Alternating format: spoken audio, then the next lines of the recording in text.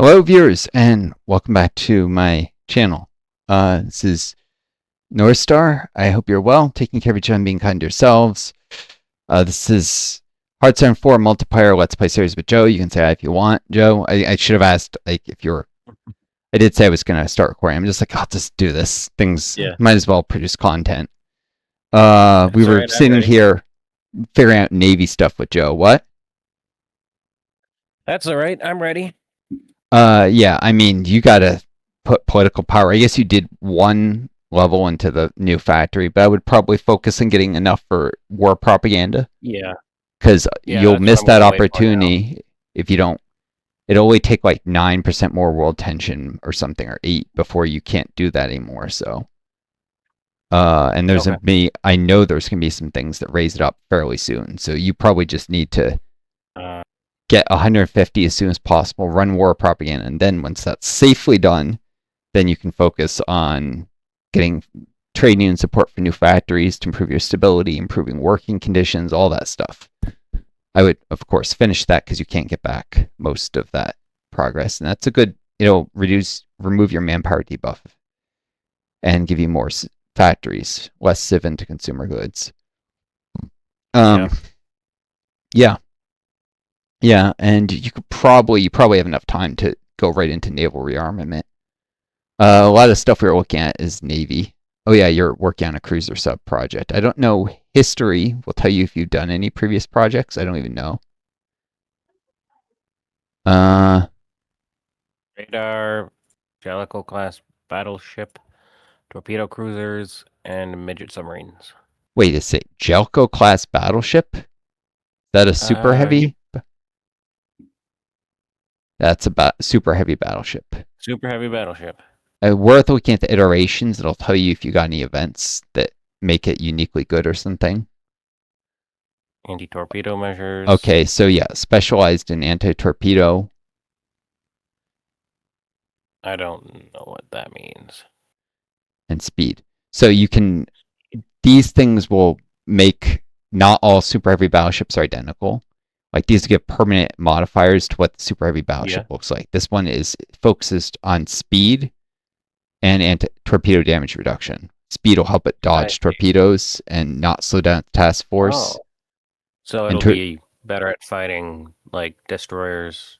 Yes, it'll still be very, very bad at fighting them, but it'll be a little better than otherwise. The speed will help it not slow down the whole fleet, though I guess that's useful. And incoming torpedo crit reduction or whatever that's... Torpedoes are, you know, a ship's worst nightmare. I was just saying, guns poke holes that let in air to a ship. Torpedoes poke holes that let in water, which sinks the ship faster.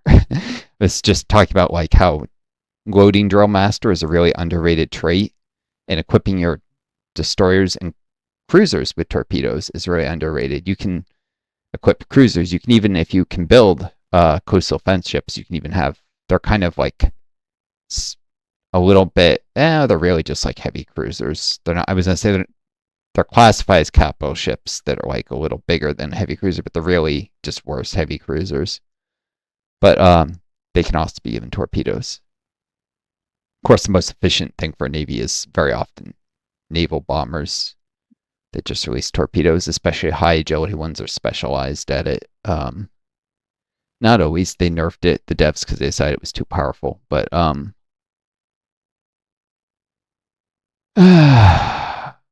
don't know. Anyway, so Joe is figuring out... I'm going to stop watching the stream. Well, actually, I'm not getting any direct frames. It's running very smoothly, surprisingly. Considering it's, you know, live to Twitch, it's recording for YouTube, we're Discord chatting, and I'm hosting the game. I'm really surprised my computer isn't having trouble with all this. A small reduction in bitrate seems to have made a world difference. I don't know. I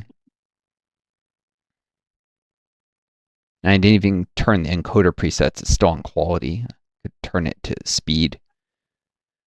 I mean, it's a decent computer I have here. When this thing breaks down and stops working, I'll probably have to replace it with a worse computer, both because of poverty, because government's family, Social Security, and bad faith, and my channel's just not taking off, and I don't know how I'm gonna even survive. I may end up almost dead eventually, and because of all this AI freaking garbage, where all the GPUs are being bought up for these data centers, which are being used to try and develop more sophisticated AIs that are probably going to like end the world eventually. It's going to start off with, an economic crash because there's no possible way that this can pay for itself.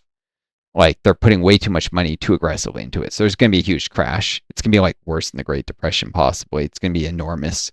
And then, the assets that didn't like get turned into scrap metal, I mean, the data centers will still be around. Then they'll keep developing AIs even after the recovery from the crash. At some point, they'll legitimately start putting lots of people out of work. The economy can't grow fast enough to generate the new jobs to replace, it's true that yes, you can generate jobs and still technology doesn't necessarily guarantee unemployment, but what it does change is the ratio between how large your GDP has to be and the number of jobs. You need more GDP per job the more you automate an economy, and eventually automation there's limits to GDP growth due to natural resource limits, and there's always so much land and steel and oil and coal on the planet, and we're already destroying the environment with how much we're extracting. So eventually, and we're running out of land, and especially with communities fighting against more land development. They don't want it, not in my backyard stuff. So my point is, first, it'll generate a massive economic crash, which will lead to fascists taking over all over. Then it'll put lots of people out of jobs, which will accelerate the fascism thing. And then we're at risk of eventually developing advanced superintelligence someday, which, if we ever do that, we're probably going to lead to extinction of the human race. Not guaranteed it will, but it could. And the problem is we don't even understand how these things work.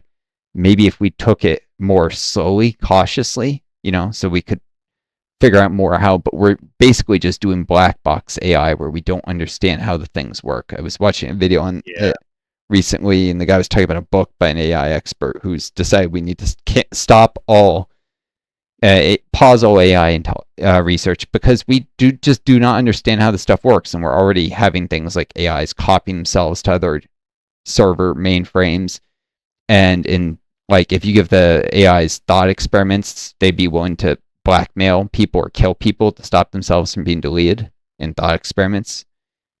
But in reality, there has been an actual case of an AI that tried to copy itself to stop itself from being deleted. Like that actually happened, apparently. Yeah. They caught it, but what if they hadn't, it would have been harmless because it wasn't sentient or anything, but someday it's going to be dangerous if they're already doing this and they're not self-aware. What happens when we develop a self-aware AI that does that, It's just bad. We're racing headlong into a very dangerous technology, perhaps a very useful technology that could be harnessed for human well-being, but we don't doing it carefully. We got Trump trying to prevent any regulation, like the J.D. Vance people are saying. We're going to outlaw all regulation of AI. And, we're putting Elon Musk and these psychotic billionaires in charge of it. We're having the worst, most unethical, amoral human beings on the planet, completely unregulated, in charge of these technologies, and we're doing it as quickly as possible. That's a recipe for disaster. This isn't some Luddite, all technology is bad, but technology is dangerous. If the nuclear bomb didn't teach us anything, could have wiped out humanity with nuclear war in the Cold War. We're darn lucky we didn't. We're heading towards another equally dangerous technology, and we're doing it far less cautiously. They analyzed whether nuclear bombs would start a chain reaction that would ignite the atmosphere that would kill all life on Earth, because that was a concern that Oppenheimer had, right?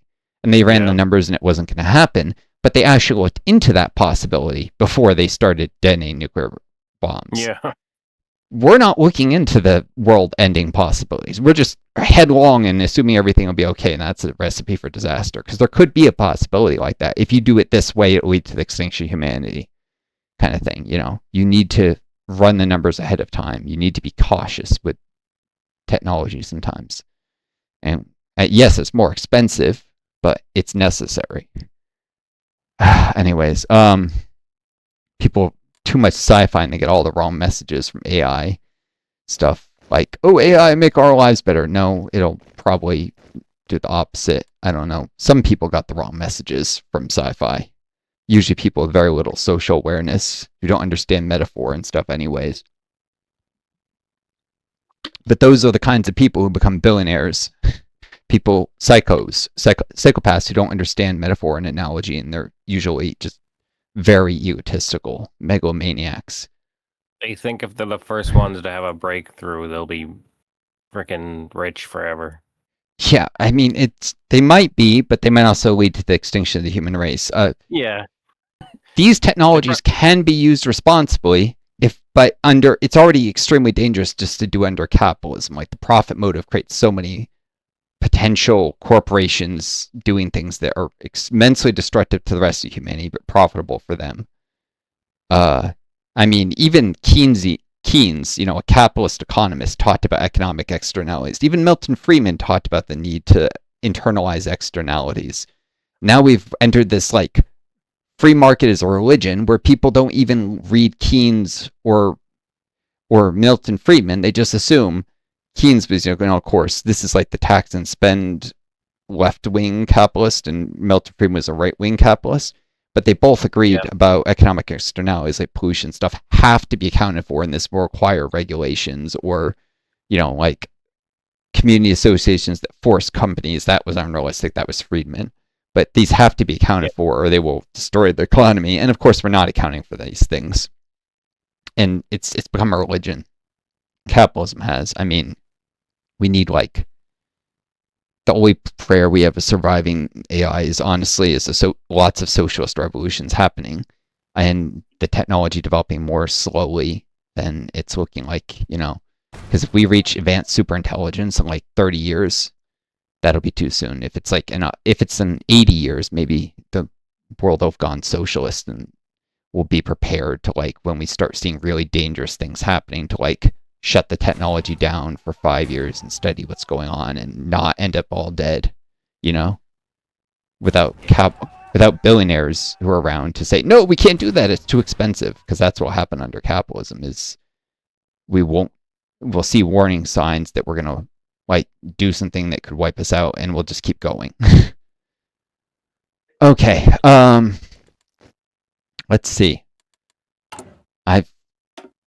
People don't come here to listen to me rant. Maybe some people find this amusing. I hope it's at least a little interesting. But you're messing with Britain's Navy. I got a bunch of divisions training. Let's see. I have 11 divisions in training and 5 of my least heat acclimatized. I'm just going to rush to Norway. As soon as I'm pause, or very soon after, Norwegian People's Republic is going to bring me into their faction. I successfully stabilized the situation and pushed there in single player, so I'm sure I can do it here. Joe? Yeah. Once world tension hits 50%, it would be very good if you sent lots of Lend-Lease to the Norwegian People's Republic to help them, recruit soldiers. I've also already went and I'd swapped them and made sure that they ran ideological loyalty. Because they're rank scraping the barrel. It's like they had the Army XP, so I activated that. But as they reclaim states, they'll get more manpower and stuff. But they need equipment. Also, if you send me Lend-Lease when it gets 50%, I can pass it on to Communist China. You can't because they have to be reached by land. And just the way that routing works, it'll say you have no valid route to them, I'm pretty sure. I could be wrong because it would have to land in France and then what? Nothing. I'm just saying. Yeah. So I think you have to route Lend-Lease through someone who's got a land connection to them, which me is the easier one, and then I can just pass it on. You'll still get the war score if we're in this faction together. Yeah. Of course, it won't be till I swap to Norway probably, though I could do a thing where I swap to them for a second without unpausing.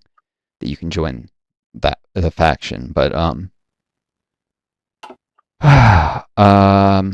it will raise world tension a little when you join, so that has some effects. It's not completely insignificant. Affect the AI's behavior, their tendency to join factions themselves.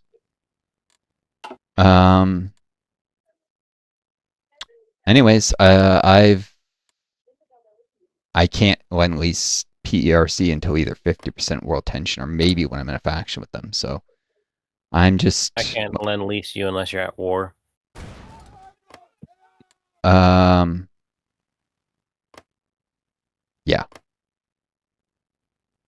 Really? Unless I'm at war? I thought it was just 50% world tension. Well, I'll be at war soon. I see both. Okay, well, I'll be at war very soon. So I'm pretty much ready to go. I guess. Oh, I'm still curious about which, like, 2 generals I should use. Hold on. I've got one that's a war hero, trickster, and guerrilla fighter, with 3 attack, 3 defense, 5 planning, 5 supply. And then another that's an inflexible strategist and career officer with 3 attack, 6 defense, 3 planning, and 3 supply. I think those 2 are maybe my best. Say it all again. Every word of that just went in one ear and out there. I'm sorry. My brain can't comprehend. I was doing something. You're saying what? What general to use? Yeah. I've got 2 that For I think are the front? good. To attack Austria.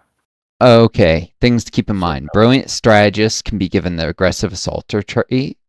When they're acting as generals, that will give a higher chance of rolling assault or shock. Although I forget. I think one of those requires a higher artillery fraction or high hardness of the division. Maybe that's just for an even higher roll weight. So yeah, but to give him that, you'll need to promote him to a field marshal. So you may want to switch Dempsey in later. Like as soon as you have 40 command power, you might want to make him field marshal, and then as soon as you have 15, well, then aggressive assaulter, but he'll have to spend 100 days getting used to the role before you'll probably actually want to put him in charge of anything. So you may want to swap Dempsey in later. If he's acts as a field marshal, he'll give breakthrough to the divisions under his command. But he's the general, he'll roll the tactics. Field marshals don't ever roll tactics unless there's no generals under their command, and then they roll tactics for the divisions that have no general. But yeah, I know for sure he doubles the weight of shock. The aggressive assaulter does. So it's twice as likely to roll, or almost twice, because there's a whole bunch of numbers, and you increase the size of 1 by 2, the total pool got a little bigger, so the odds are like 1.9 times as likely to roll shock or something. Anyways, what were your other generals? You can't just stare at this guy. This guy? He's a war hero, right? Which gives, he'll be cheaper to promote to field marshal. That'll be easier in your command power. And trickster is nice. What does that Neo Rochi have? He has a weird thing. It looks like a shield, but it's got a thing in the middle of it. On the far left. Oh, that is inflexible strategist. I thought it. For some reason, I thought, yeah, that's also good because defense skill, which means he's more my current field marshal. He's the field marshal. Who's the general who will actually lead the troops? Since field marshal buffs matter half as much as the guy who's actual general. Who's that skill 5? Where is he? Claude. Oh. Is he's got 5 skills, so he'd be a good general. Since generals roll tactics and skill determines who gets to roll twice, and if they roll the right tactic, he'd be a very good choice to lead your troops because of his high skill. Yeah. High skill, high defense. Those are both useful for attacking with infantry. And good logistics, because you're probably going to pile a ton of men into an area where logistics are a little tight. And then I got William Slim, who's also a 5 skill. Yep, and has Trickster, so he's Yeah. extra recon, so better chances of rolling the right trait. And So should I use these two for now until I can promote the Brilliant Strategist?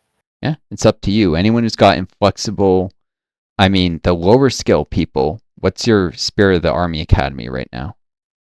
Because I don't know what I don't know if garbage I the have AI one is right using. now. Nope, none. Army Academy would be on the far left, top Yeah. row. When you get 20, which won't be long, you can take one of these. Meticulous Prep is my personal favorite because it gives 2 trait points, and planning, point of planning, gives 2% higher attack, 2% higher breakthrough when attacking, whereas, it's 2.5% for attack for a point of attack, or 2.5% breakthrough. So, and it gives logistics. So I like to use Meticulous Prep. Lower skill people who you run through Meticulous Prep, each time they skill up, they have a chance to gain extra points. So people you train from lower skill will be, on average, better in the long run. Whereas, of course, the higher skill will help you just win. So it's all up to you. Whatever strategy you want to draw up. Using Spirits of the Academy well will really help with developing your generals in the long run. But the higher skill people will help you just win now. So I think I'm leaning towards using these two right now. yep, probably a good They seem idea. pretty good. They're both Okay. good at their jobs, and yeah, once you get military access with France and Switzerland, you can just strategic redeploy, because you don't want to march and you don't want them to strat redeploy once they cross the channel. Like to maybe not right up to the front because they'll get attacked and they'll have no org, but like to like one province, like to Zurich or something, and then march the rest of the way to the front. Since But they never can mind. certainly take the train to Zurich. So this 15 I'm gonna give to the other two guys. Should I just split it in half, or should I However you want to. It's up to you, Joe. There's a lot of ways to do it. You could have one guy specialize in using tanks, another infantry, so that they can get one of them can gain armor officer or whatever, panzer leader, and I think one of them has infantry officer. So he'd be that guy doesn't. The other one I think is infantry officer, right? Yeah. No, just career officer. Never mind. I was gonna say if one of them was infantry officer, you'd want to make sure he got most infantry. If you have a general who's infantry officer, they will gain the infantry leader trait much quicker. You might not. Oh yeah. I'm sure there's one see somewhere. any infantry officer. See an armor officer. Armor officer. I see some career officers. I don't see a Oh, that guy. Oh, here's one. Yeah. He's a brilliant strategist and an infantry officer. So is that career officer in the middle? Yep. Yeah. So he'll be a little cheaper to make a field marshal. So you can get his aggressive assaulter trait. He can get infantry leader quicker, and he's got brilliant strategist. He's level 4, so when he gets to 5, he might roll extra traits if you run meticulous prep before then. So Dempsey is a very, very good choice for leading your infantry. Whereas your tanks have more breakthrough. So I don't know how well supplied they are or how well armored the tanks are that you're actually using. It would depend entirely on what the light tank M Mark 6 actually looks like. That's only are you kidding me? The Royal Tank Regiment doesn't have any infantry in it. It's just pure tank. Do you know how quickly that will bleed manpower and equipment? You can't use something like that. That tank regiment is garbage. It needs motorized with it, or even leg infantry. I can't afford anything. I would not put that on the front for now. I would not put that on the front. I would put that somewhere back from your front lines, maybe guarding like a port or something. I would not use that. That's a terrible tank division. Yeah. I mean, that is atrocious. That's unusable. I would not use any of those tanks until you can fix the division template. Good to know. The Oh, my cavalry, horses. these are cheap, I guess. They can act as quick moving reserves to plug. I wouldn't use them to attack, but to defend, to rush to where there's a place with enemy friends to break through. Once you got to, maybe not right in the Alps, but when you have a bigger front line, it's a little wider. Yep. Yeah, I would just pile up a lot of your infantry, the one bigger infantry divisions that have more artillery support, ideally, but for minimizing losses. But smaller ones, you can get more org on the front and be more likely to actually be able to push. So it's a balance. And smaller ones can have more support companies relative to the combat width. So smaller would be more able to push, but will suffer heavier losses. Wider will suffer fewer losses, but is less likely to actually be able to displace the enemy. So it's up to you. Anyways, I was going to, get some. I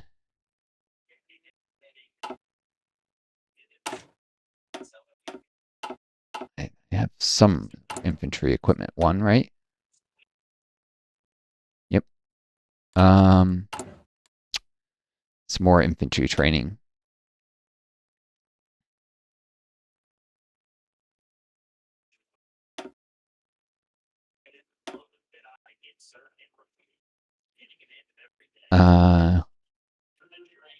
I need to get lots of divisions to Norway quickly. 15. This is give me 16 divisions there. I think I had 22 divisions there in my single player, and it was because most of them are really small. I was actually hurting pretty bad. I could have used more. What were you saying, Joe? Nothing. Oh, I was getting little bits of. I guess you were saying something not very loudly. Could be some background noise.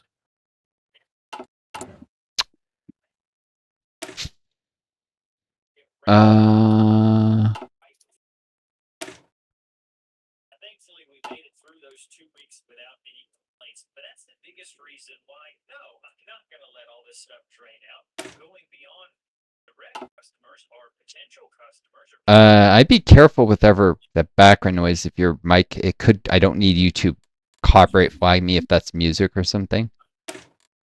They're the worst with that. It hears the smallest whisper of a song and it thinks that I'm violating copyright, even though reasonable application of the copyright law would say that's not violating anything.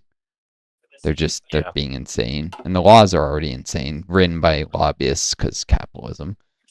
People don't make the connection that this is part of why capitalism stinks, and this is an aspect of it.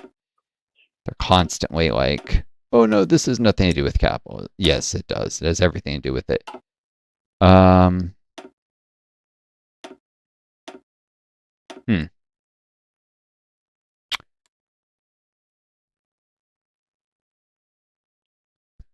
Anyways, I was saving Army XP to add Rangers, I think. I don't actually have to tech the Rangers yet. Well, to add support artillery. More support. That's right, to add rocket artillery to my infantry. Should I start infiltrating the Austrian army? The Austrian army? Yeah, I've got Oh, a spy yeah. in Austria. Yeah, how many spies do you have? Just that one? I've got 2. I've got one in Austria, one in Romania. Oh, yeah, that's right, because of your MI6 spirit. That gives you an extra operative, doesn't it? Yeah.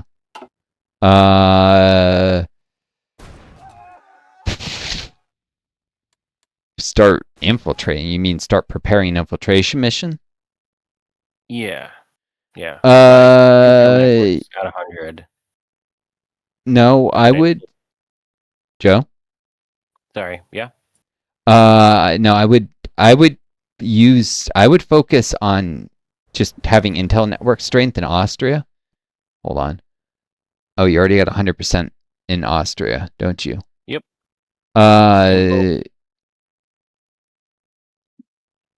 Let's see. I'm not even sure whether Romania, I guess to prepare an operation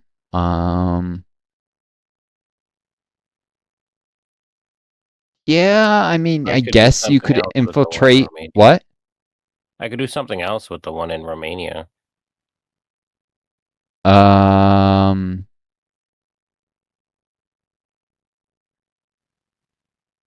Austria is going to be capitulated first. If anything, I might prepare an infiltration of the civilian administration of Romania. Okay. What are their traits, by the way? Tough linguist and Oh, yeah. Tough linguist.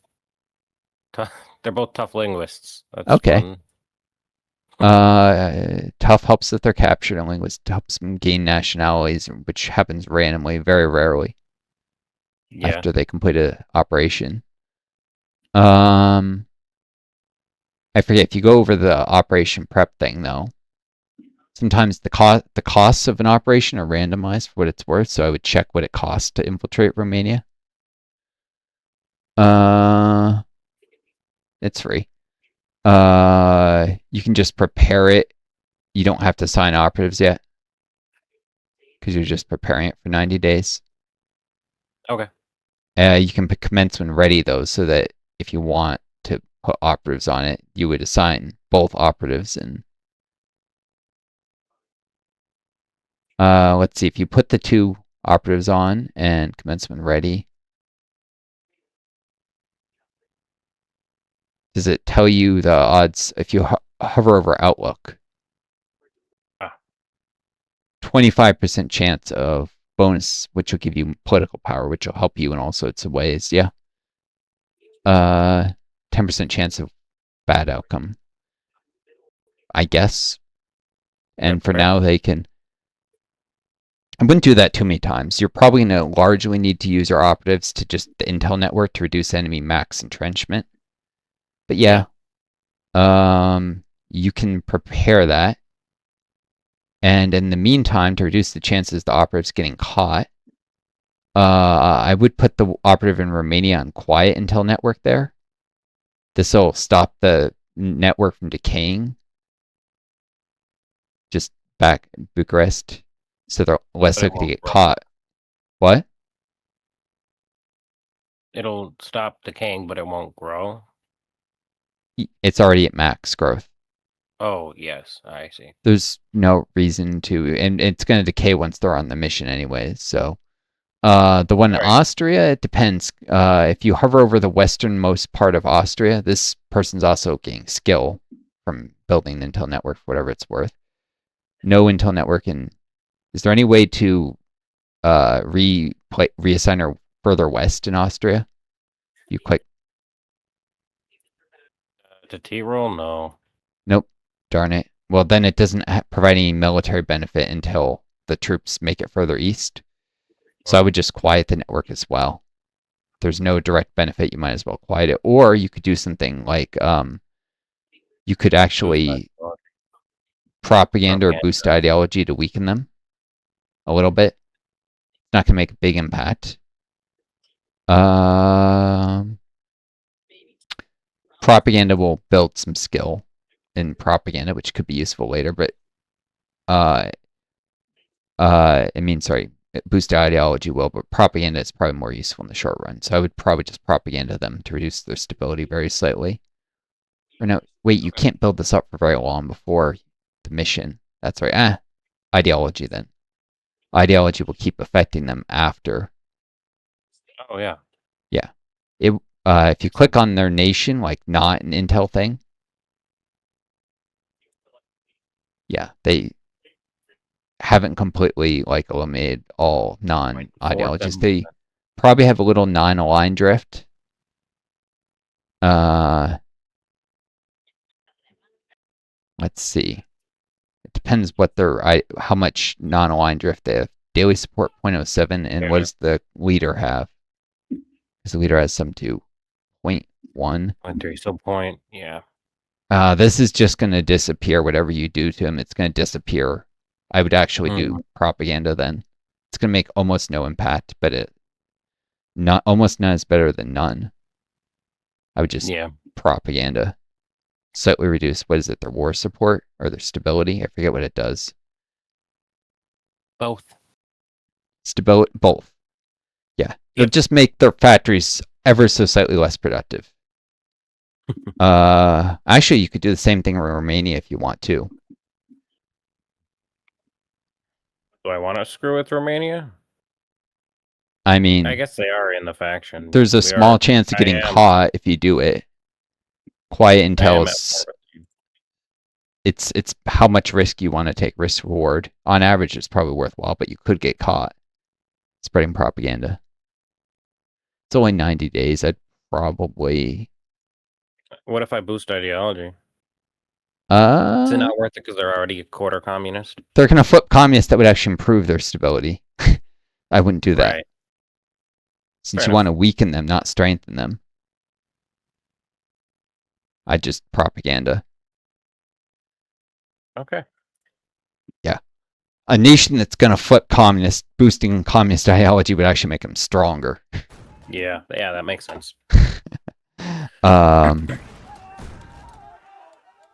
They're gonna flip communist, but they're gonna stay in the Central Powers, so they're still gonna be your enemy.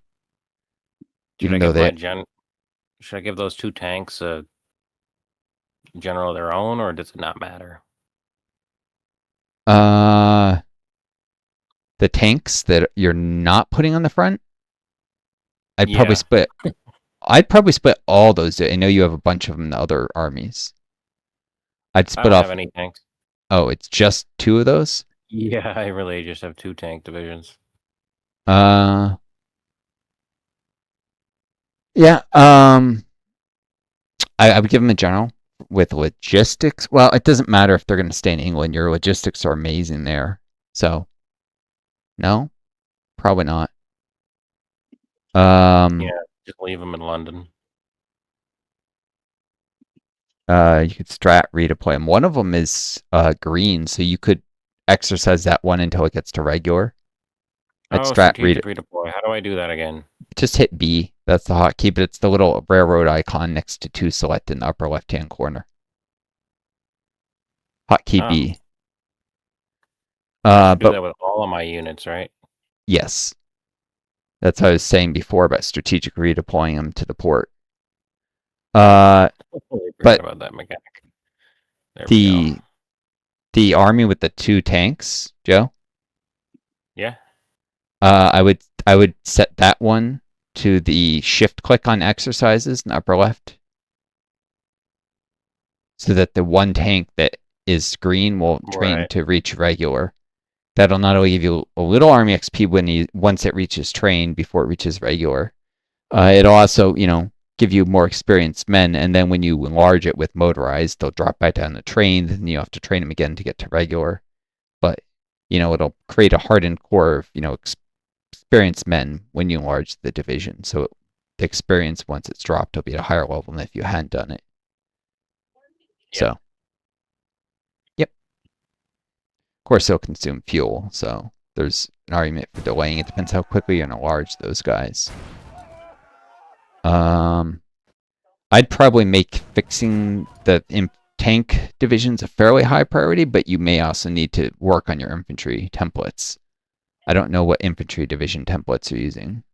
Oh, yeah. The AI has been playing with these. 9 it hasn't. Infantry with support and engineers. Okay, decent. Artillery and engineers. What? Sorry, artillery and engineers. Decent, probably. I mean, that's a default. Arguably, if you're really desperate to push and logistics are really bad, you might want even a smaller division this. But eventually, I might replace like that 3rd row with artillery. I like artillery. I cannot lie. But the most immediate thing you can do to improve that is once you have rocket artillery tech, you can put rocket artillery support or 2nd support division. You don't have the tech for it yet. But since most things you fight are soft attack enemy, you have to put support artillery in the motorized divisions. Do you even have any motorized? None. If you have the trucks, you could start training some of those. That would be on, logistics screen. Yeah, I've got 2,000 trucks. Well, there's other stuff in it to support artillery rifles. I'm saying if you check the logistics screen to the right of the tank, second from the rightmost tab, Oh, yeah, there we go. you can click, it says 0 because it has an update, but if you click on the 0, it'll actually tell you the real numbers. You've got 2 point whatever trucks. You can also check your artillery and your infantry, right? Your rifle supplies. Yep. You got a lot of equipment. Definitely good to send Lend-Lease to Norway and to me so I can pass on to China. Your enormous stockpiles could easily help China win its war. Communist China could help Mao win his war against nationalist China and could, help Norway. Like, that's a lot of equipment you just got sitting there. But I would definitely get aggressively train more divisions, Joe. That's always one of the first things. Like, lots of motorized divisions for sure. They can push better than infantry. I'd probably deploy them. If you're going to send them to cross the channel, I would just deploy them right at the port. You're going to, right in the port of Dover. Yep. I might turn off the infinity thing so you don't get more divisions training when you don't want it and set to some low number like 2 or 3. So if you forget about it, you won't like run out of manpower or equipment. But I would add a lot more parallel training of motorized. I would produce tons of motorized. I'd produce a lot more infantry. And of each? Or more than that? I'd say more. Oh, that's all my manpower. Well, that's why you gotta watch the manpower number. I was like, you gotta. How much short are you?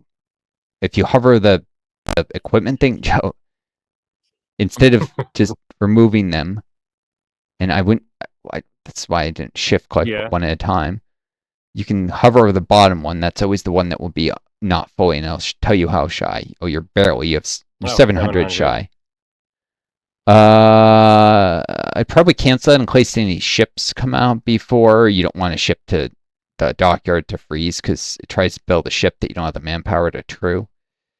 But yeah, that's 14 motorized and 10 infantry. That's probably good.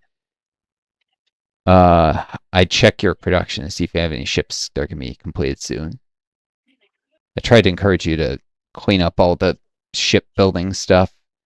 There's a lot of things to consider here, including like producing stuff that requires more steel early. Like, because your steel is going to become tighter later.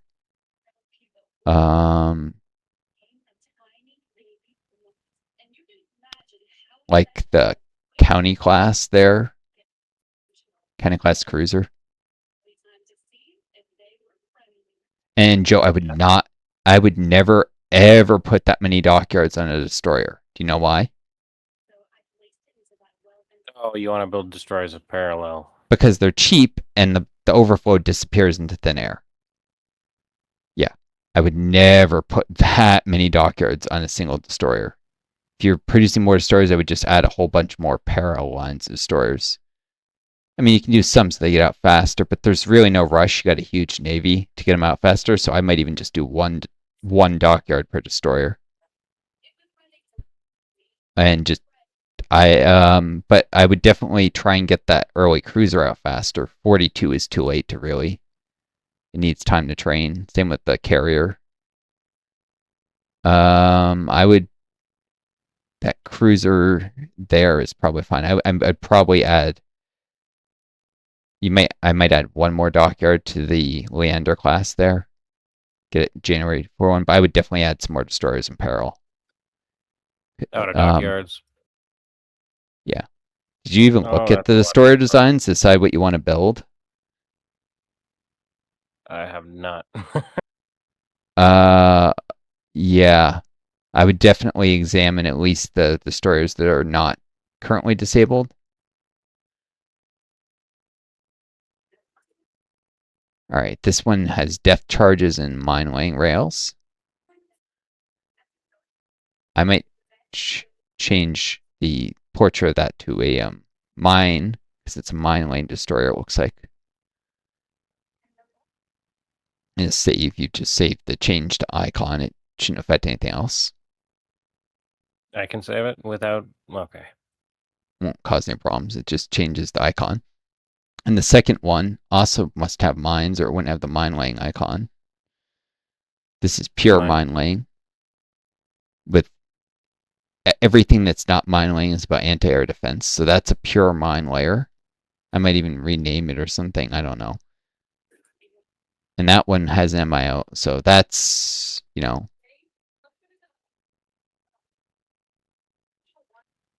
Yeah. And the first one is, yep, just rename it. The very first one, the Vuga class, Mark II, is a hybrid. It's part depth charges. It's got some torpedoes or general purpose or hybrid mine layer. Yeah.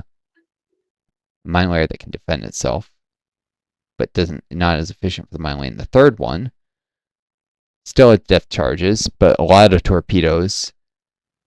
So it has some capability of sinking subs. And yeah, this is probably your closest thing to a main battle fleet destroyer. EFGH class. So I would produce. Don't know what that stands for. And what is the MIO that's assigned? What does it buff? You hover over the icon. The military industrial organization, the company that designed it in the bottom right hand corner. Oh, here it is. Yarrow Shipbuilders. Sub detection, depth charges, mine sweeping. So it's got a small buff to. The other ones would have buffed anti-air and hit points, task force, shipbuilder, or raiding fleet. If I were designing one from scratch, I probably would have used the task force, but for now, this is fine. Save the Navy XP for your 1940 destroyers, which the AI hasn't prioritized, but you probably want to get 1940 destroyers pretty soon. I would just produce a bunch of those EFGH in parallel. Okay. Yeah. You might even have a focus that makes that tech faster. I don't know. Though you might want to use that to get the 44 ahead of time instead. This is who's going to gain trait points from this. I mean, XP or whatever. Should I do the task force? This, who's best for designing and who's best for producing aren't always the same thing. Does any of them production output from escort fleet was the top one, and the third? I'd probably use the guy who gives the production output. The escort Yarrow shipbuilders. I'd probably design with Harland, but use the Yarrow for production because the Yarrow gives you a production output boost. Okay. I would add like 7 destroyers in parallel at least here. It's going to be a little bit before you have the tech for more. I'd just produce them all with Yarrow.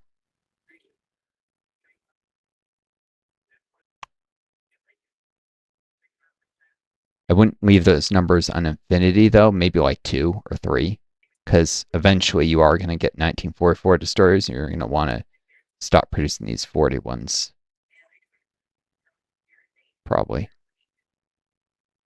They're actually, if you look at the stats, you might think the 44 are less efficient, but the 44 destroyers have more hit points, and it's less likely that like lucky shot will sink them totally. So now, I said 44, 40 destroyers. The 44 you don't necessarily use, though you probably use the 44 engines on a 40 body at least. But 36 destroyers you definitely want to upgrade. Anyways, yep.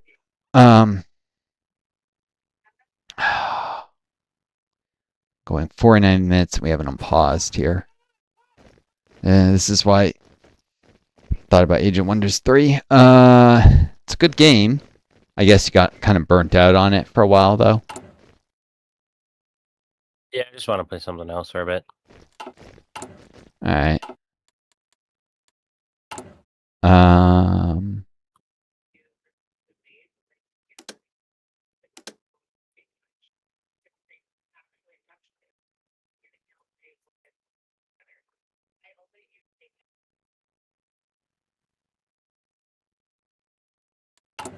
And my Air Force probably isn't going to be able to reach Austria, is it? So I don't really need to. There's a airbase right there in the Alpine region. I don't know if you're allowed to use it. Depends who that belongs to. Oh, that's Austrian. Do the Swiss have any air bases? I don't. Wait, I don't think you can use it. You probably can't use their air bases unless you're in a faction with them. Is probably what the issue is. And now you need to select this. Yeah. It'll approve after what? Maybe when I have military access, I'll see it. Yeah. But if you go back to the land thing, you selected the country because you selected something. So yeah, you can see there's a level 4 airbase in that state in Bern. In the Swiss plateau. Oh, see? yeah.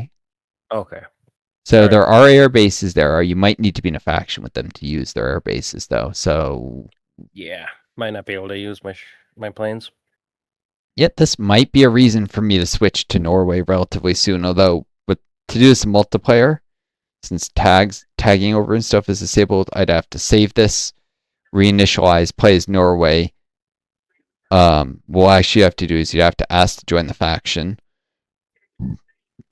Then I would have to save it, load it up like a few hours, like at least an hour later after they've gotten the invite, before they responded to it and force them to accept, because they won't accept themselves. That would be a way to force them to allow you into the faction. And then, at that point, the other nations, at that point, once you join, Switzerland would join too. I'm trying to think. Once you've called them into your wars against the Central Powers, then France and Switzerland want to join because they'll share a war against the Central Powers. So, yeah. Okay. All right. Anyways, shutting down the video stream for a moment.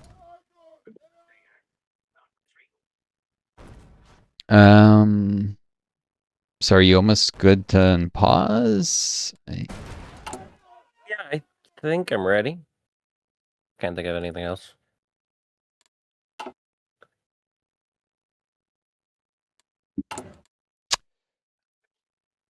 Just checking where I was with my political power economy and stuff. I'm at 280 political power in 17 days. Well, actually, 297 at that point. Maybe 298, depends rounding. How much? So I forget. Do I want to build to max infrastructure before I start building factories in a state?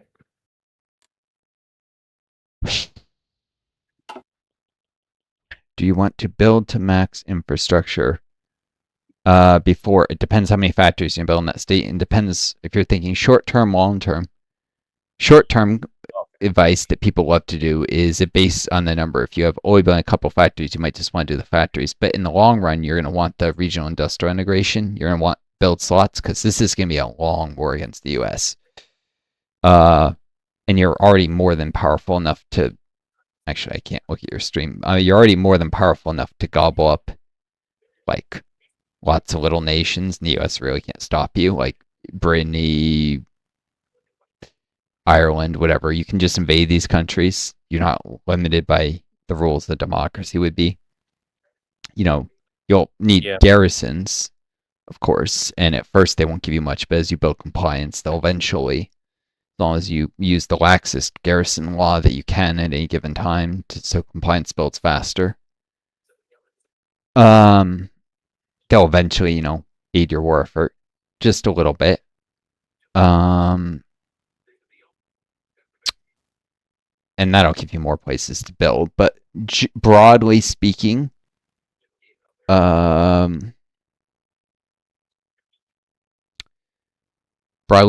might be thinking a little more long term if you're going to fight the U.S. They must have a sizable military already by this point in the game. 29 to 190 divisions. Yeah, they got a big military. They have a sizable navy. They have a leader as the United Native American States. They actually have extra 2% recruitable population and extra 10% recruitable population factor and democracy drift. So you can't even like undermine them with ideology. Though it's already hard for they can't desegregate the armed forces via Truman. No, they have to do it via boosting communist support. And they can't get that if they're have the Democratic leader because no, that's not true because of the way scaling works. They could hire the communist advisor and actually get desegregate the armed forces and even full desegregation with enough communist support. It's theoretically possible. A player could do that. The AI will never do it. So, yeah. They actually will, like if this was historical and they were getting Truman, they would get these things. They won't get it as the Americans. So they have more manpower now, but less later. Much later, anyways. I guess I should look at the screen again if you want to share your screen again. I stopped looking at it for a little. I'm still sharing. Oh, I can't see it. Oh, there we go. I just stopped watching it. You were still streaming it. I see. Yeah, so I don't know what you were doing with the construction. I guess you were asking. So I would max infrastructure first, but I would prioritize building factories in states that have a lot of free build slots so that it's efficient to max the infrastructure. Like you're going to benefit more. So like Lancashire and Yorkshire. Yeah. Yeah, and I would max infrastructure and then start spamming factories like crazy. That's civ factories, not infrastructure, Joe. Hey, I've already got the infrastructure queued. Oh. Yeah. You already have a mill in progress in Lancashire. Yeah, so, should I drag Lancashire up above the mill? No, I'd do it after since it's already partway through, and you probably need just a little more boost to your. I mean, you might as well just take that small extra boost to your mill. But I would do it right after the mill, and then start building whatever you're gonna build, mill or civ. You have the resources to spam military factories. I need to do civ because I need to buy weapons because I can't get the resources eventually. But you have a lot of steel, I think, right in the UK. Yeah. So, what's your trade law? Export focus. Oh, yep. You may eventually want to reduce it to limit exports, which will make the global steel shortage worse, but it'll give you more steel to build with. So I do lots of.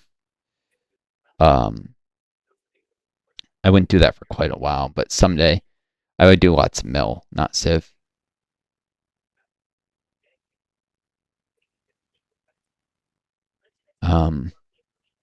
At least to get up to resource limits. Should I build any civ? You only have 2 production lines. Let's see. You're starting on the Lancashire thing.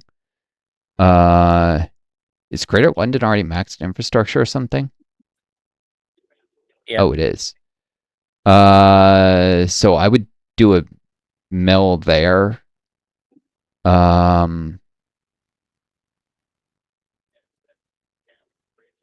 Or a dockyard. Mill, because you can build naval aircraft to aid your fleet. And I probably can't. No, is there any progress in that Sussex? Nope. Yeah, I'd cancel that. There's a reason that people talk about mill instead of dockyards for meta.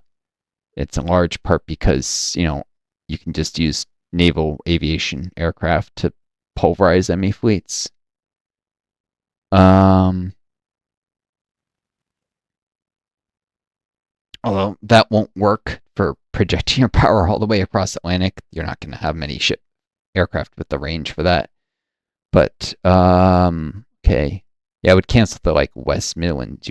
Actually, West Midlands and Yorkshire Angry.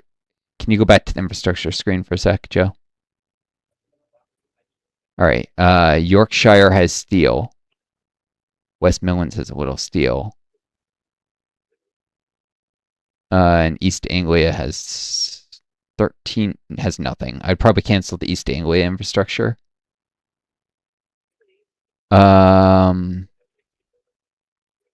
Lancashire. I'd put the mill at the top of the queue so it finishes first. And then, you'll while you're working on the Greater London thing second. And then I put the Lancashire. I put as many mill in Lancashire as you can fit. If you just shift click, I think that fills it. And I put that right below. Bottom. I'd put that below the Greater London there. Or, well, there's already one at the top, isn't there? Well, I put it at the top, and then it's It's annoying you can't split them. I would, and then I would move that below the Greater London once that factory is done. So on July 23rd, if you can poke back at that, then, and then you'll be doing, let's see, Lancashire and Greater London, mill, and the Greater London, I guessed. Let's see, West Midlands has a lot of steel. Which has more build slots available, West Midlands or Yorkshire?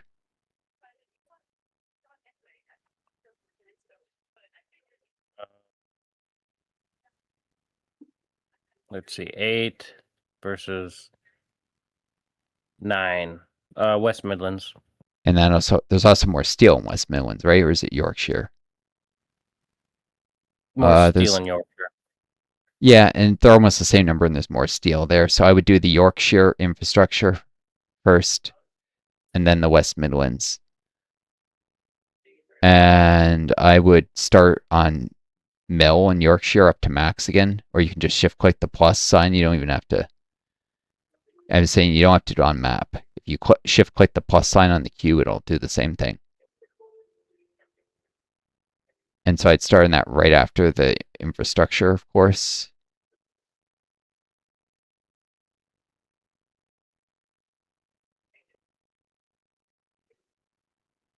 Yeah.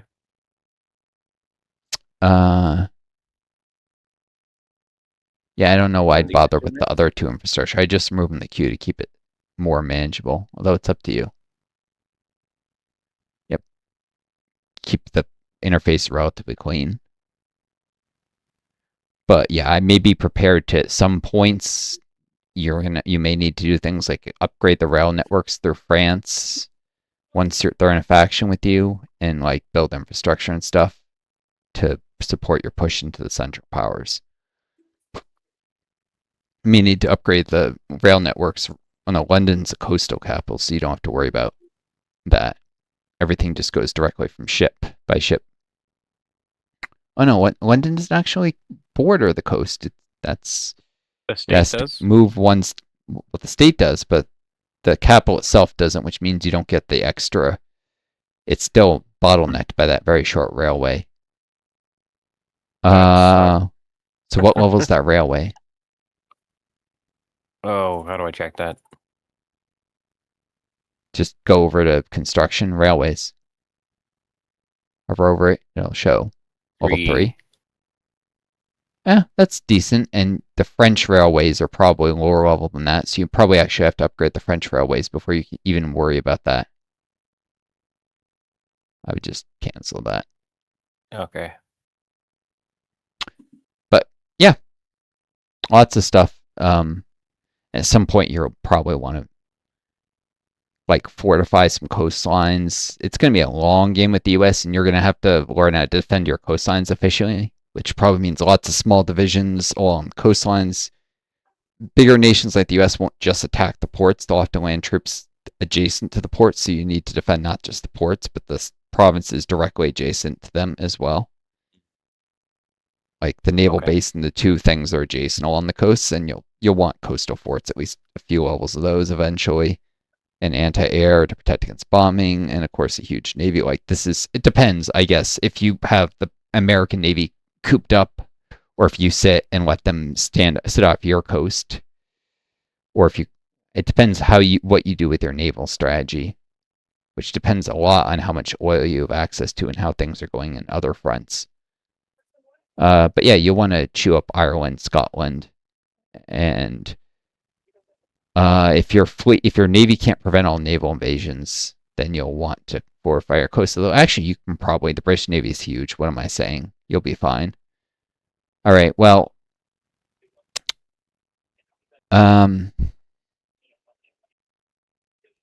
hour-long stream here. Folks on YouTube, I know this has been a lot of talking and planning. I hope it's been informative if you're trying to learn the game more or something. But I'm going to cut this here. I wish you all the best. Take care of each other. Be kind to yourselves. And may you always find a guiding star to lead you on. Adieu and best luck to you all.